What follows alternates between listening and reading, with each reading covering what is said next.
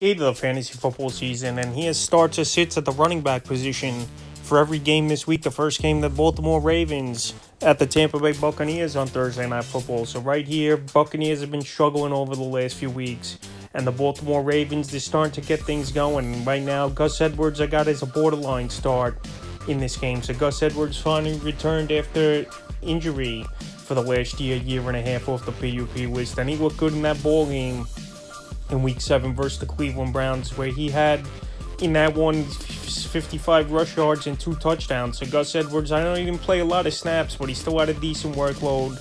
He's a big physical back, and when he plays a lot, he averages about 5 yards per carry in an expanded role as Gus Edwards, which is a tops in the NFL over the last few seasons. So this week here, I know versus a tough Tampa run defense, as a borderline number 2 running back, a flex option, I have him as. And now to Kenyon Drake, he was great in Week 6 versus the New York Giants, but in Week 7 had 11 carries, and he didn't do anything with them for only 5 yards in the ball game. So right now, it looks like Gus Edwards is the guy over there in Baltimore, and he's a guy obviously you're gonna prioritize over Drake. So Drake was a hot waiver wire pickup for Week 7, but now he's a guy I definitely would sit in this game. Now to the Tampa side of things, Leonard Fournette, he was on a good run, but in last week's ball game, he only had 4.60 fantasy points in PPR league. So this Buck team, they got to get back on track.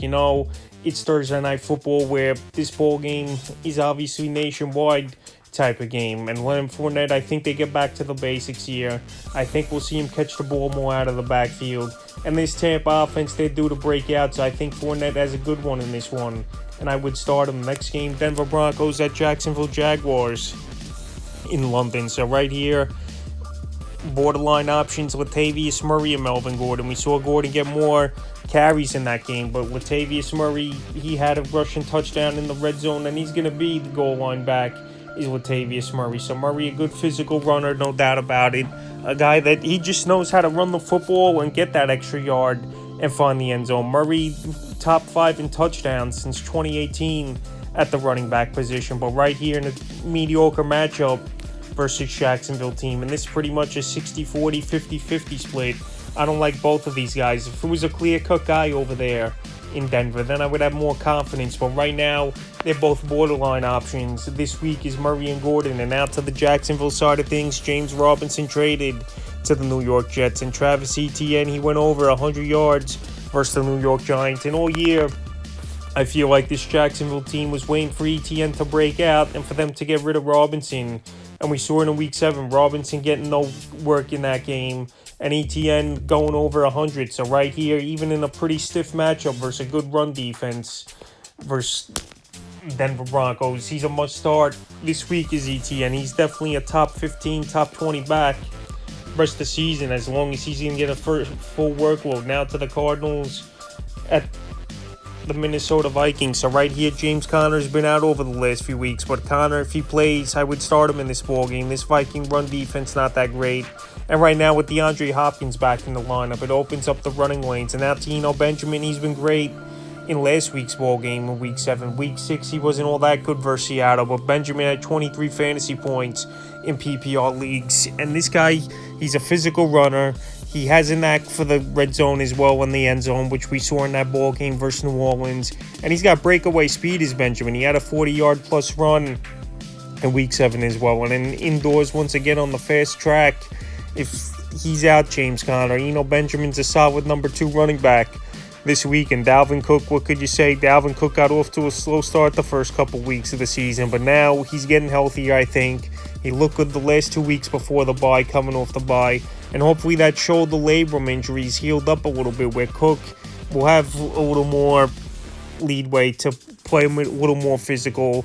And this week here versus an Arizona run defense that ain't all that great, I think Cook is a great start in the top 10 running back this week. Now to the Dolphins at the Detroit Lions. So Raheem Mostert, he's been great for this Miami team, and Chase Edmonds is pretty much an afterthought. So Mostert each and every week right now, he's the number 2 running back for fantasy owners, I believe. Chase Edmonds in this one, he's a sit. He hasn't done anything over the last few weeks, failing to reach 5 fantasy points in the last 3 ball games, so he's an easy sit. And now to the Lions side of things, I thought DeAndre Swift was going to play in week 7, but obviously that shoulder not 100%. But if he does play in this ball game, he's another guy that you're starting pretty much each and every week. And Jamal Williams, he looked decent versus a great Dallas Cowboy front line in that game. So obviously, if Swift isn't back, you're starting Jamal Williams. But if Swift is back, he's a borderline option. But we don't know with Swift with the shoulder injury. So right now, I'm going to mark Williams as a start this week. Next game, Chicago Bears at the Dallas Cowboys. So right here,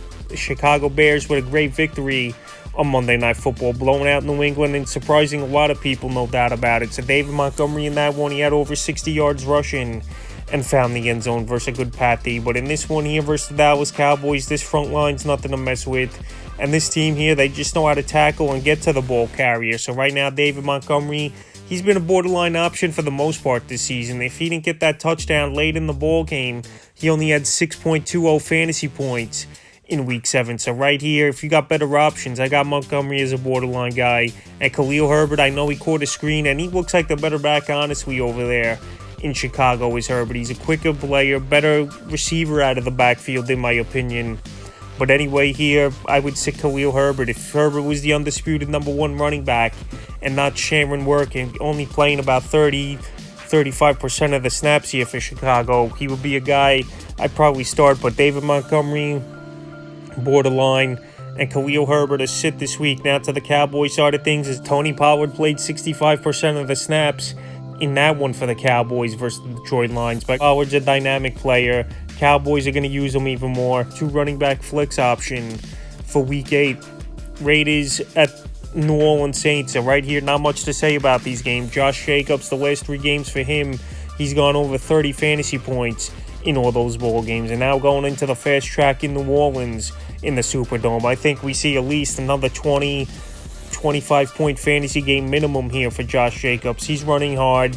He's proving people wrong. The Raiders, they really didn't want him this season here. They were hoping Zamir White or someone else, Brandon Bolden, steps up for this team. But Josh Jacobs took it personal, obviously, and he's been a monster. Like I said, over 30 fantasy points the last 3 ball games. Now to the Saints side of things, Alvin Kamara, the last few weeks here, he's been good. Last week, I know it wasn't a great game, but a lot of garbage time, a lot of dump-offs and small plays helped him get to a decent fantasy day late in that 4th quarter where the Cardinals were playing prevent and giving underneath routes. But Kamara, he's a guy you put in your lineup each and every week. And I got him to start this week. Panthers at the Atlanta Falcons. So right here, I like both running backs this week. This could be a close ball game, division rival. And we just saw the Panthers beat up on the Tampa Bay Buccaneers 21-3. So Chuba Hubbard, he was the passing downs back in that ball game, and he played a majority of the snaps. I know he left the ball game with a tight ankle in that one, but he had a solid fantasy day.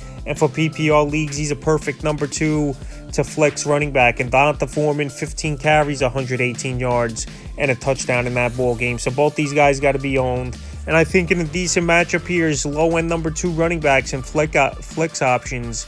They're good starts this week. Foreman, we know last season, filling in for Derrick Henry was pretty solid. And so far, in the workload he had, I know he had a 60-yard run out of the 15 carries of the 118, but still, he's a physical running back.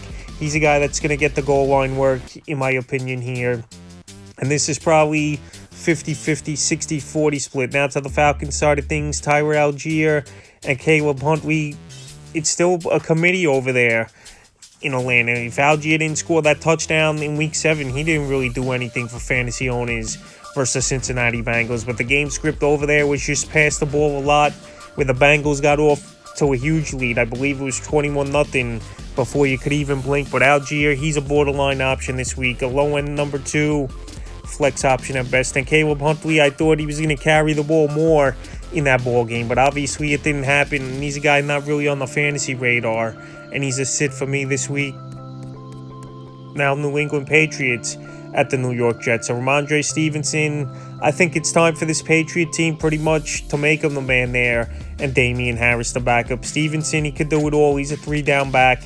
He could block. He could catch the ball out of the backfield. And him and Bailey Zappi have a good rapport. I know Stevenson caught a lot of dump-offs at the end of that ball game after the Bears were up 2+ touchdowns in that one. But Stevenson, he's a running back I like a lot. And if as long as he's the running back and going to get 15, 20 touches a week, he's a top 15, 20 running back remainder of the season. And even in a tough matchup versus the New York Jets here, I would give him the nod. And Damian Harris in deeper leagues at this point, he's a borderline option. We didn't see much from him on Monday Night Football. We thought he was going to miss multiple weeks with the hamstring injury, but surprisingly, he came back pretty quick as Damian Harris. But anyway, this week, he's a borderline option. After the workload we saw, and who knows if he's 100% healthy, he's a guy I really can't trust and only borderline in deeper leagues. Now to the Jet side of things, Michael Carter, everyone thought he'd be the number one guy over there in New York. Obviously, with Breece Hall going down with a bad ACL injury out for the season, tearing it up.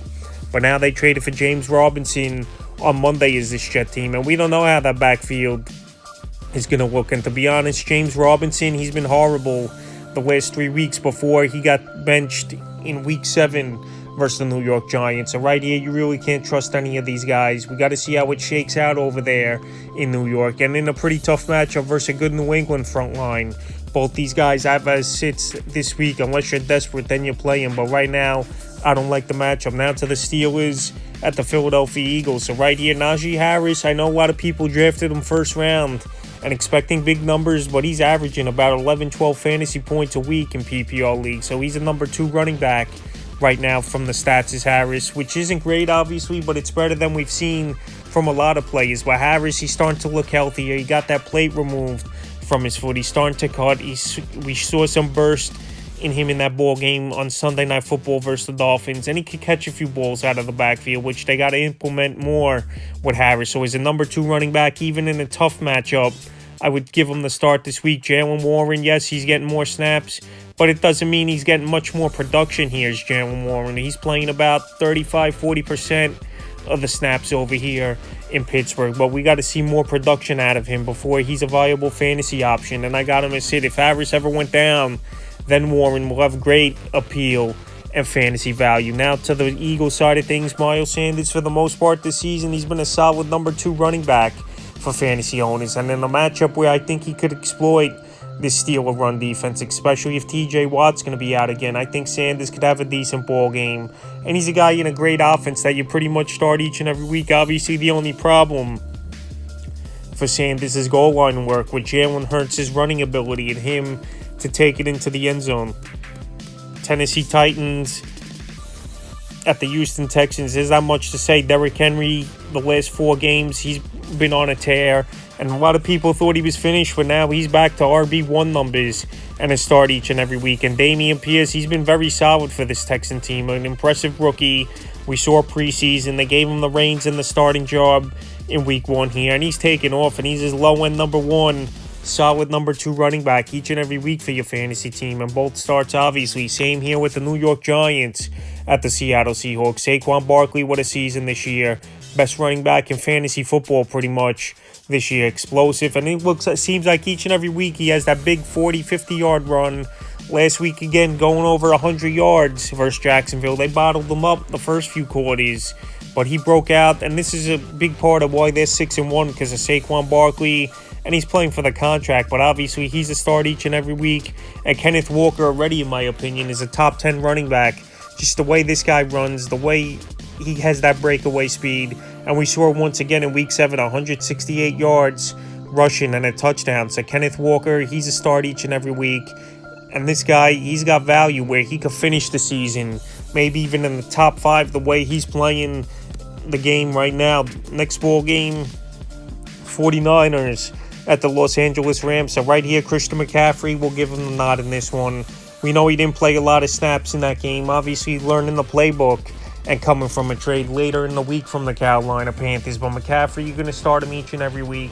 I know this Ram front line's pretty solid, but it's CMC. As long as he's healthy, he's a start and matchup proof every week. And now, to the Rams side of things, we don't know if Kyren Williams is going to come back, but it looks like Darrell Henderson is going to be the starter for now, or maybe a trade will come down the pipeline. But either way, whoever it is, I don't like the matchup here versus a tough Niners front line. And we saw the only way to beat them pretty much is you got to spread them out, and that was Patrick Mahomes and the Chiefs, because in the running game, the Chiefs didn't do much. But anyway, Darrell Henderson is a sit for me this week. Antonio Gibson, I still have as a borderline option this week here. I know he found the end zone in week 7 was Antonio Gibson, but that was on a receiving touchdown. And in this game, this Colt run defense is pretty solid over the last few weeks here. Send this one on the road. I don't know if Antonio Gibson's a guy you really could trust. I know he had the touchdown last week, but right now I have him as a borderline option. Now to the Colts side of things, Jonathan Taylor just started, but even though this season, it really hasn't been a great year here for Jonathan Taylor with injuries and underperforming, especially being the number 1 pick in most fantasy leagues, but you're going to throw him out there each and every week. Now with the change of quarterback with Sam Elger in there, maybe this team will get things going in a different way. Matt Ryan, 9 touchdowns, 9 interceptions he had, and he took a lot of bad hits, and the O-line as well had a problem. But right now, Jonathan Taylor is starting. Deeper leagues, I got Nyheim Hines as a borderline option. In PPR leagues last week, 9.30 fantasy points. So this week here, we'll see if he could do anything as Nyheim Hines more than that. And so if he could have a decent PPR day, we could see. But right now, I got him as a borderline option. Now to the Packers at the Buffalo Bills on Sunday Night Football. Aaron Jones coming off a good fantasy day after catching a nice touchdown and getting most of the work once again here. So it looks like Aaron Jones is the clear-cut number 1 running back over there in Green Bay. Even in a tough matchup at the Buffalo Bills here on Monday Night Football. He's a guy I'm going to go out there and put in my starting lineup. Obviously, I'm not going to expect much fantasy points out of him, but still a guy who could put up number 2 numbers or even number 1. You just never know how things shake out here. So I got him in starting. A.J. Dillon the last few weeks, he's barely seen any work or done anything. So he's an easy sit this week and almost a drop candidate as well. And now to the Bills side of things, Devin Singletary, he's been a good PPR option where a few games he scored at least double-digit fantasy points. And this week here, I think this Packers defense, they're going to sell out on trying to stop the big plays. And a lot underneath we're going to see for Singletary, just like the Kansas City Chiefs did in their matchup versus the Bills a few weeks ago. So Singletary is a number 2 running back, I think is decent this week. And then to the final game of the week, Monday Night Football, Cincinnati Bengals at the Cleveland Browns. So Joe Mixon, it hasn't been the greatest of seasons from him, but he's still getting the workload. He's still getting all the opportunities. And right here in a decent matchup versus the Browns, I think he has a solid ball game, and I got him as a start. And out to the Browns side of things, Nick Chubb and Kareem Hunt, they looked good last week versus the Baltimore Ravens. And I honestly have both these guys as a start this week. This Bengal defense isn't the greatest versus the run. And right here, this is going to be a physical game. This is going to be a divisional game, and if they want to keep Joe Burrow off the field and cool him off a little after the last few weeks he's been going off as Joe Burrow, I think Chubb and Hunt are both going to get a decent workload, and their 2 running backs you're going to start. Chubb, you're going to start each and every week, obviously, as a top 5 guy, and Kareem Hunt as a number 2 back flex option. So that's every matchup. Week 8 starts as sits at the running back position.